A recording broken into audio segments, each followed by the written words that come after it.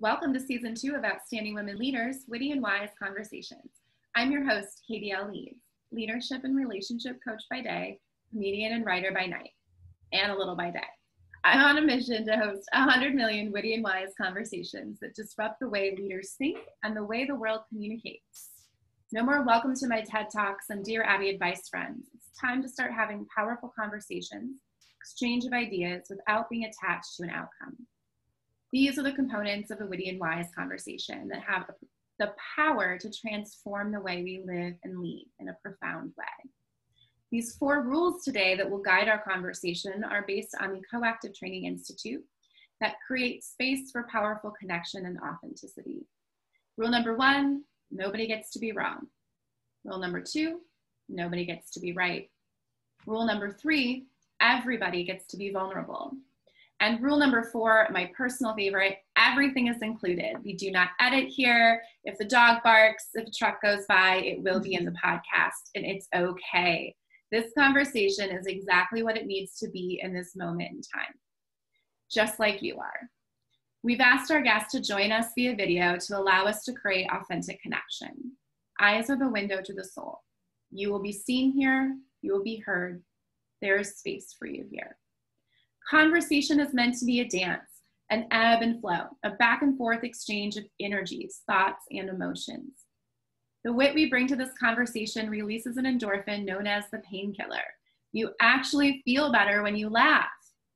The wisdom we bring to this conversation will be seen in the nuggets of knowledge that you take away and apply to your life. When this conversation comes to a close, I will ask you, our listeners, and our guests 3 questions. If you've tuned in before, you know what they are. If you haven't, you don't want to miss out on them. And if you're our guests, don't panic. They're easy questions. And there's no right or wrong answers, as we've already said. But enough about me. Well, a little bit more. If you want to follow me, Owl, I'm Professional Coaching on Instagram. Head to my website, owlprofessionalcoaching.com. I've also just launched a parliament. This is why it needs to be about me, because it's really about this Outstanding Women Parliament of ton of owls is called a parliament. Yeah, that's right. Look it up on Wikipedia. And we've already got like 20 people signed up. I'm super excited. It's going to be a really great group of women who are going to laugh, learn, and empower one another. That's literally what it's called. You even have your own special podcast channel.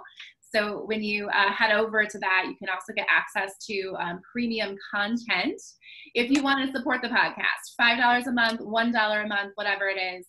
We've got some premium content coming out for you, and hopefully some follow-up interviews with our guests on their areas of expertise. Now, enough about me. Let's talk about our guest. Our guest today is an incredible outstanding women leader who stared death in the face and said, nah.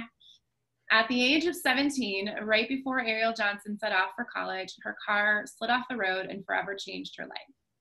As her friends went off to college to find themselves, Ariel went back to kindergarten and learned how to talk, walk, and be an adult all over again. Who Ariel was before her car accident is gone. She died that day as Ariel fought on life support for her new life. Ariel's love of learning and trust of the process has led her to found at TBI_me in 2012 to support other TBI survivors. Like any journey with grief, there have been ups and downs along the way. When the pandemic hit, though, Ariel was mentally prepared to take TBI_me full steam ahead. She's done a ton of work on herself. She's super self-aware. She's also really excited to build into herself. And I am really pumped to have her on to talk about her journey. I know we said we were going to talk about a few things to start, but what came up for me is people need to hear the story. Like you had half your skull removed. And so I think people need to hear, and I know you tell this story a lot, but like, let's share with our audience what happened to you that night. Yeah. So hi, everyone. My name is Ariel Johnson. And on December 13th, 2007, I was driving back to school on a free period. And I drove a 1983 Mercedes-Benz. It was an old car, but it was a tank. So it basically saved my life. So I was driving back to school. I swerved into oncoming lane, hit a van, and then we collided into a pole. And then thank God there was an off-duty EMT man 2 cars behind the white van that saved my life. Professional. So he noticed that I wasn't breathing because of the seatbelt, because it was choking me. He then immediately cut it, saved my life that moment, and then brought me into an ambulance with other professionals, healthcare professionals. They couldn't airlift me because the snow was so bad. It was such bad weather outside. So they closed, I just found this out from my cousin, they closed down all the intersections leading up to Nassau University Medical Center. So they shut down all the lights, or the cops made it work, and they got me there. From there, they noticed I was unconscious. They immediately took a picture of my skull. It's called a Glasgow scale. So 0, you're dead, 14, you're alive. I was between a 3 and a 7, which is you're in a coma. So from there, they drained out the blood, and they did an immediate craniectomy, where they removed the right part of my skull to relieve the pressure. Normally, they put the skull in your stomach, but they didn't do that to help get it going again, I guess, with the nutrients and stuff. But I believe they put it in a fridge. I was on life support for about two weeks, and then they realized they couldn't do anything in the ICU. Like, I needed therapy. I needed, just in case I woke up, I needed to be in a setting where I would have the therapies and have everything there so I can, start my journey. From there, they had to get a special helmet. I'm so sorry. They had to get a special helmet they had to get a special helmet in order to move me, because my skull was encaved, I later on saw in a mirror, and my knees buckled, and I was like, oh, this is gross. Take us through what you're experiencing as all these things now are happening to you. Like, what's going on for your thoughts? I mean, your brain. Yeah, okay, so I had stents put into my skull, my head. So I didn't remember any of this. I was told this whole thing from my mom. Wow. And my dad. So I was sent to Mount Sinai Hospital on 100th and Madison in New York City. I woke up around the ending of January. No, I'm sorry, the beginning of February. Woke up, there were signs all over my room. I saw my family, and I was like, it was like a movie. Right now that I think about it, it's like a movie where, a kid gets into an accident, and I woke up, signs all over my room from classmates. My family got classmates to, feel better, do better, blah, blah. So I remembered my whole family, but for my physical and my mental and my emotional, I couldn't speak because I had a feeding tube in me for the past month and a half. My right side was completely numb. I couldn't move it. And even now I feel sleepy's foot in the tips of my fingers and tips of my toes, and the sensation of if cold water, hot water, warm water, it's like too much. So from there, I had IVs. I was like a pin doll, IVs in me. I was like, whoa, things up my nose. From there, I had to learn to walk, talk, do everything all over again.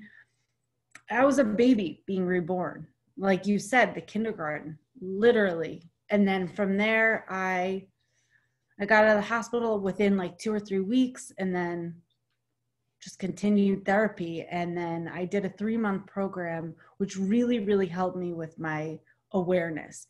It was a cognitive behavioral therapy rehab at Mount Sinai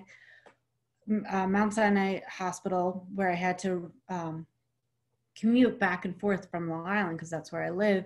And I'm sorry. I'm so sorry. So my skull was incaved, and then they had to do another surgery. So I went home with that incaved skull. So I had to go back March 3rd to get the skull plate put back in, and then March 19th, but I was awake for ICU and all of that. So March 19th, they had to put it back in, and then I was set to go home. And then I commuted to Mount Sinai for about 3 months, learning my triggers, how I can learn to get through issues that I had, work on my outburst, my aphasia, everything that comes with having a brain injury. You are amazing. Thank you. I can't even imagine. And so I'm not going to pretend I can. When we talked, you mentioned your love of learning, and you talked a little bit about, you had dreams for college. Yeah. And that shifting for you. How did that love of learning help support you through this? So, because like, imagine I'm 17, I'm hanging out with friends, I'm driving, I have 2 jobs, I'm like living my life. And then all of a sudden, boom, everything is stripped from you. The one thing that I had to do to kind of like, first of all, I had to stay positive. Like, it was probably one of the hardest things. And I learned that over the recovery. One day my mom was just like, Ariel, you come on, you gotta, because there was a time where I was just like, why me? Why me? Why me? But it's like, no, something switched where I talked to my mom and she was like, no, you have to start thinking positive. That's the only way you'll do better and be the best version of yourself. So I think that really helped, being positive and always seeing the silver lining in the mess, in the hurricane that you have got going on right now, right? And just seeing the silver lining and being like, okay, how can I learn from this? How can I do better and be better? And I think because I was knocked down and I was literally knocking on death's door, physically and mentally and emotionally, I had no way, like no way to go except up. So I was like, okay, let's build up, let's learn, let's create new habits, let's just do it. I had no choice. So I wanted so badly to go back to the old me. I wanted to be able to drive. I wanted to be able to have jobs, but just do it better. I didn't want to be on medication. So it's just like having the second chance, this new life, but just do it 10 times better than I had before. So I think that really pushed me and to want to do and just help people. Yeah, I love your talk about positivity. For me, I relate that to when I was getting divorced. I think about my faith, and that's positivity. It's knowing that the universe, that God wants well for me, that there's a bigger plan, that there's an opportunity. And we bring leaders on this podcast because leaders are at cause. They see opportunities versus at effect, where they see things happening to them. But leaders also struggle with that. Like, sometimes as a leader, we feel like things are happening to us, that victim, like, I can't do anything about the fact that Trump is president, or I can't do anything about this circumstance. And what I see in you is this mental fitness, where even when you feel that way, you get yourself back out, where you feel like, okay, I can do this.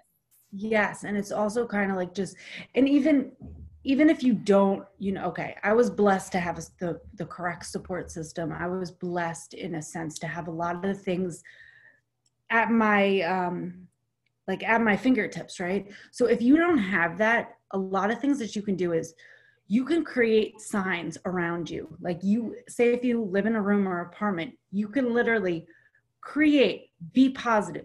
I can do it, or it's going to be a good day. Like, just positive affirmations, and you can put them all over your room, just a daily reminder that it's going to be a good day. You can constantly do it, and it's going to be good. It's just as long as you put the effort in, it's going to be good. Yeah. I love that you talk about what's around you, because that is important. And I think what's around us sort of, it represents who we are and like where we're at. And so I have a sign behind me that says life is a beautiful adventure. Yeah. And I have one downstairs that says, smile because it happened. Yes. Seuss quote, right? Sometimes it's fucking hard to smile. Girl, oh my God. And it's, it's funny. It's like, I forgot, it's a quote. It's 1% of what happens to you in life, but it's 99% of how you react. So if you're in a negative state mentally, if something happens to you, right? It could be really messed up, right? If you are already in a negative state, you're going to react in a negative way. So all you have to do is, it's that reaction. So you just have to switch your mindset, and it's so freaking hard. And I have my days where I'm just like, I don't think I can do it. I don't. And I play that victim mentality where it's my TBI still. And it's like, no, Ariel, you've come so far, please. Yeah. So. Yeah. And you've talked with me a little bit about loving, the process of failing.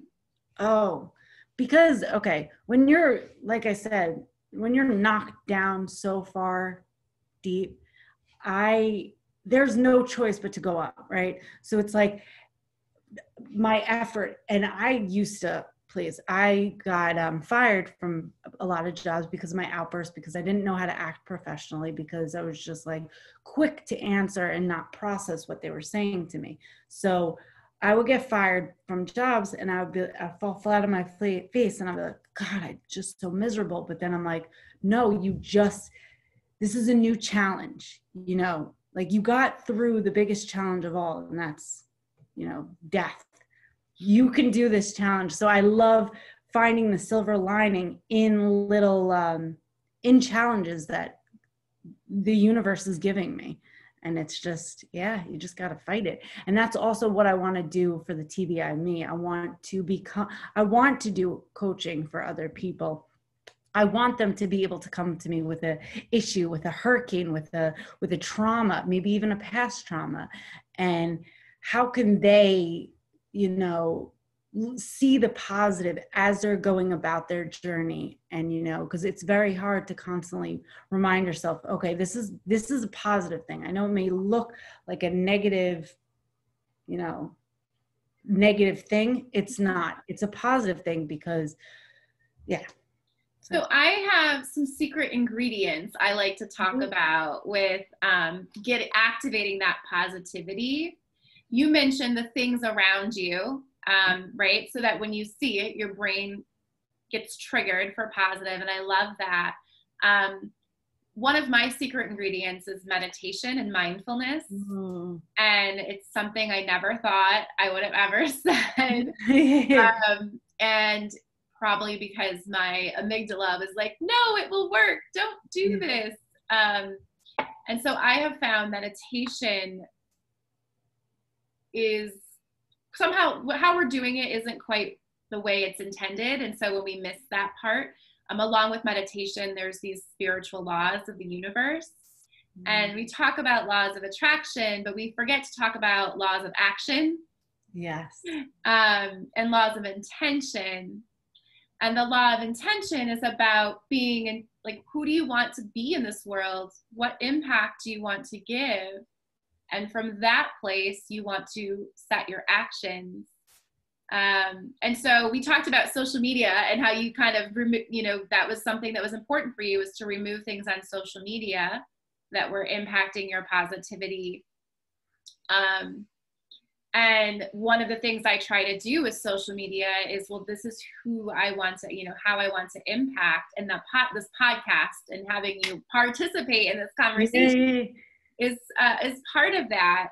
What recipes or ingredients are in your recipes for staying positive? Okay, but to go back to the intention, the universe, right? Yeah.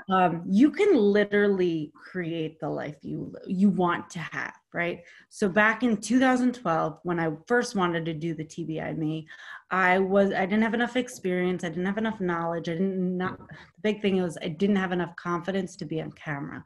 And I would always like tear myself up after I'd be on camera, and I would always try to read whatever. So I couldn't start it then, but the pandemic kind of pushed it. A couple of years later, I had the knowledge and everything. But back in 2012, I was smoking a lot of cigarettes. I was eating a lot. I was on a lot of medication, but I would unintentionally meditate every day to the universe, and I would say, this is what I want. I want to have an apartment. I want to have a career. I want to have a passion. I want to be able to help people.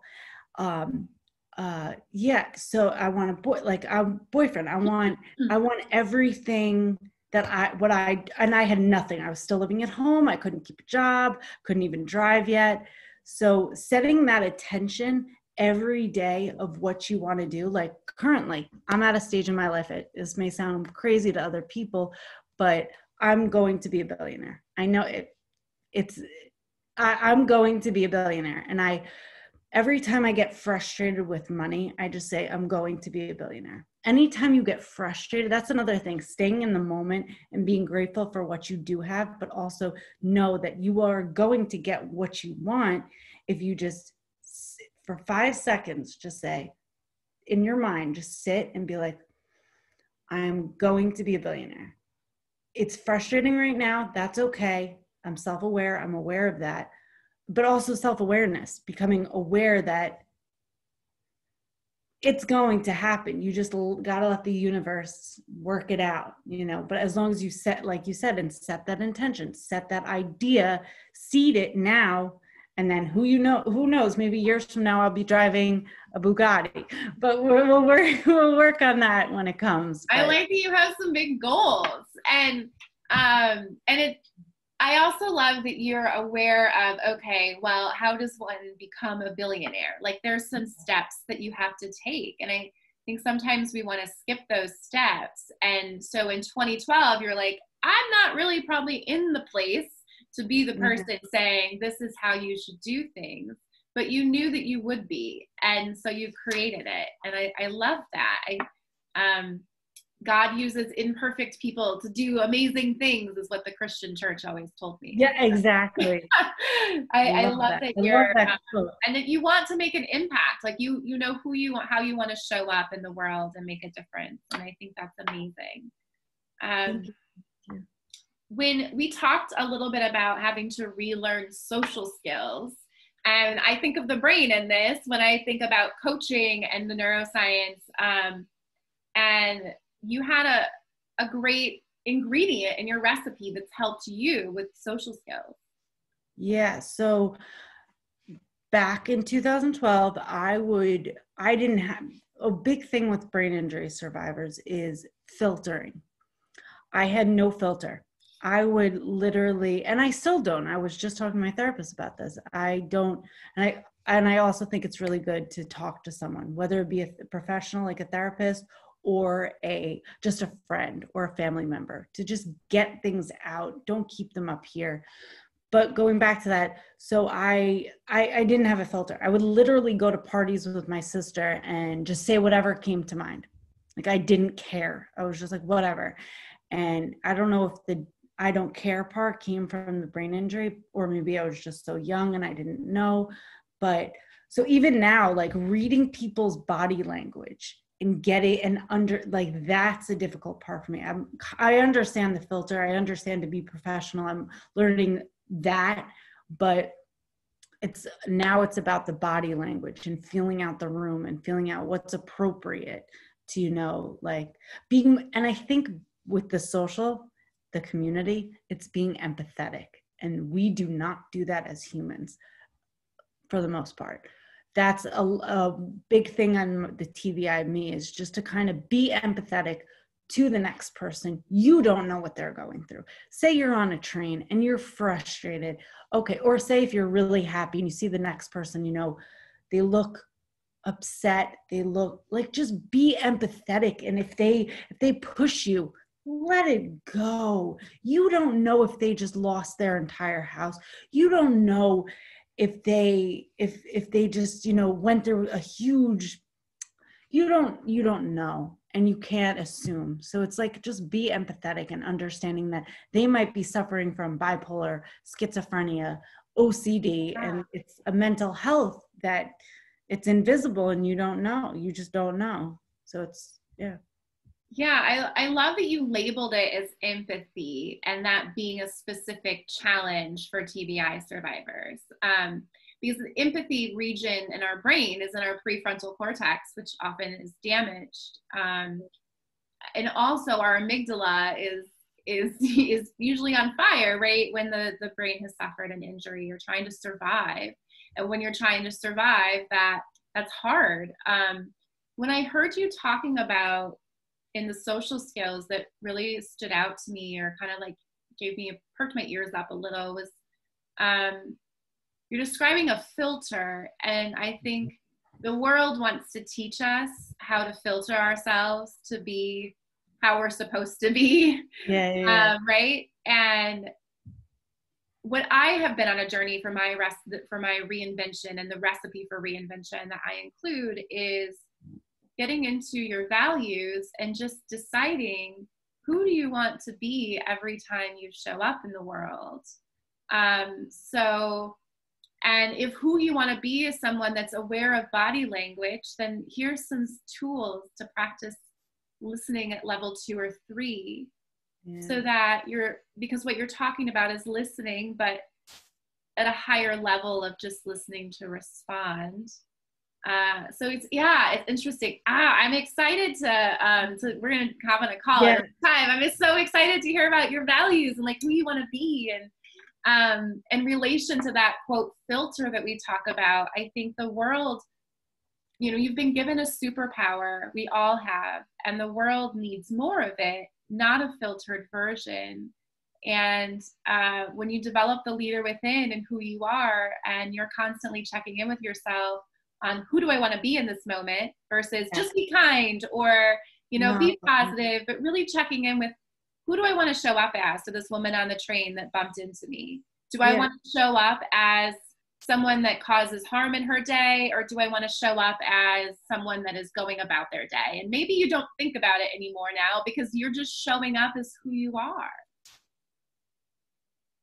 Yeah. And it's just like, so I growing up, my parents always said like, I'm a love bug. And I don't know if that just translated into just after the accident really developed. But at the end of the day, it's just like I'm a nanny. So as a nanny, I feel like one of the huge things that helps with children growth is setting in a healthy environment where it's safety and love and at peace. So I feel like as adults, we're just literally children at the end of the day. So we're just grown up children. So it's like, that's where I wanted to do the TBI me, to that platform. And you can come to me because it will be a healthy, positive, loving environment where you can grow at your rate. There's no time limit. You don't have to be like, you can just be free as to who you are. And so it's, I love that. You are a love bug. Absolutely. I feel the safety and the love and the peace just sitting here talking with you. Thank you. And it is a very positive and loving environment. And I'm excited that you're going to join my environment in the Parliament, but I'm also excited to see you create your own environment. Yeah. That has all those components in that recipe for reinventing yourself after a traumatic brain injury. And it's not, my platform is not only just for brain injury survivors. It could be stroke victims. It could be people who are caring for stroke victims. People are caring for brain injuries. So doctors, professionals, occupational therapy. I'm trying to get in lawyers on. I'm trying to get occupational therapists just to have that conversation. At the end of the day, it's a conversation just about mental health, because we all have a brain, and some people are just not outspoken about it as they should be. Yeah. The last thing I wanted to have you share with everybody is, when we talked about the relearning the social skills, is your swap. Because I love that, and I think people need to hear it. Okay. So when I was at Mount Sinai Rehabilitation Program, so 2 things that we learned: emotional regulation, emotional cycle, and swaps, and they kind of intertwine. So first, swaps is an acronym for stop, is there a problem? Because as a brain injury survivor, stop. Is there a problem? Is there a problem? Like sometimes there's not even a problem to be figured out. So stop, is there a problem? What is the problem? We write down all the components of what the problem is. So it could be something as little as leaving my Metro card back at home. How am I going to get up to Mount Sinai rehabilitation? It's not in my wallet. What do I do? So what are the issues? It's at home. How much is a Metro card? Okay, so then alternatives and options. What are some things that we can come to a solution? So how much is a Metro card? I can just easily maybe call my mom and she'll run down and bring down the Metro card, or I can just get a brand new Metro card. Do I have enough money for it? Okay, and then P is pick and plan. And that's a no judging zone. The alternatives and options, it could be as crazy as I can get an elephant to come down to the subway. It could be something crazy, but it gets us to think outside the box. P is pick and plan. You go back and you pick out which you want to do. You kind of reevaluate the alternatives and options. And then S is, are you satisfied? So a lot of these swaps, now as a caregiver, you can go and talk to the person with the brain injury or the stroke survivor and work it out with them. And then emotional cycle is, it slows down the process of just reacting. So the trigger, so I would have a trigger of, back in the day, my sisters, because they still lived at home and I had this brain injury, they would do something and that would trigger me to just react. And the result would be I would hit them, or as sisters do, or brothers and sisters do. But I would just kind of react in a way that I didn't want to. So we would find out the trigger, we would find out the physical sensations, the thoughts, and the emotions. And then we just slow down everything, and then the results would happen. So that would just, swaps and emotional cycle would slow everything down so I can react in a better way and be a better person when things do arise. So yeah. I love that. Thank you so much for sharing.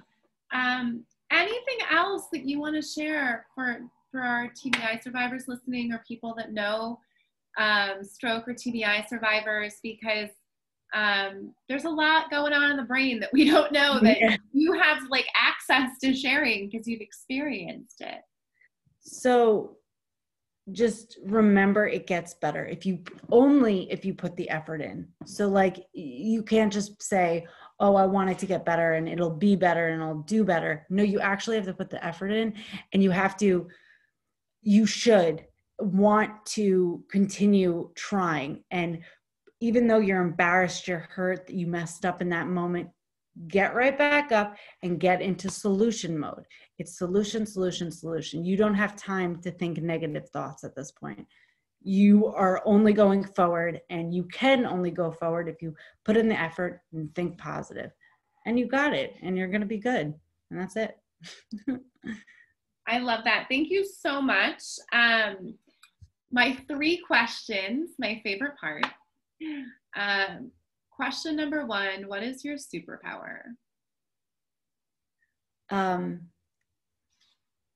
I would say, so love, empathy, and understanding, and just understanding what the next person is going through by putting myself in their shoes.